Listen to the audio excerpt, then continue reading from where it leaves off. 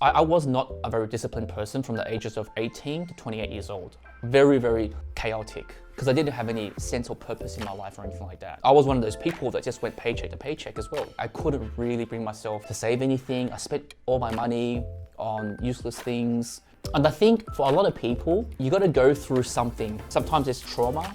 Sometimes it's something really emotional that goes through your lives, but something changes you at a certain point in your life. That happened to me when I was 28 years old. I asked myself the question, what do I have to show, really, at the age of 28 years old? And nothing. And that really got me thinking differently about what I wanted to achieve and what I wanted to do in life.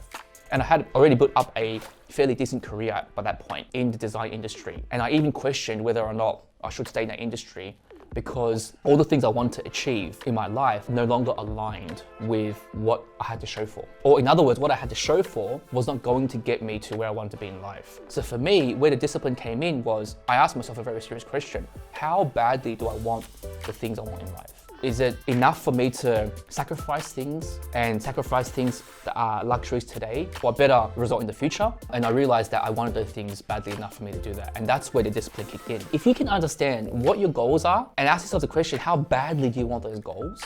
And I can tell you right now, if you're not willing to sacrifice something today, for example, never watching a movie again for the next 5 years in the cinemas, that's as an example, or never dining out ever again for the next 3 years, those goals, you don't want them bad enough. You may as well just forget about them. Don't even bother thinking about those things, because you gotta be willing to sacrifice something to get something better in the future, right? And that's how discipline kicks in. It doesn't just happen. You need to have a reason for it, right?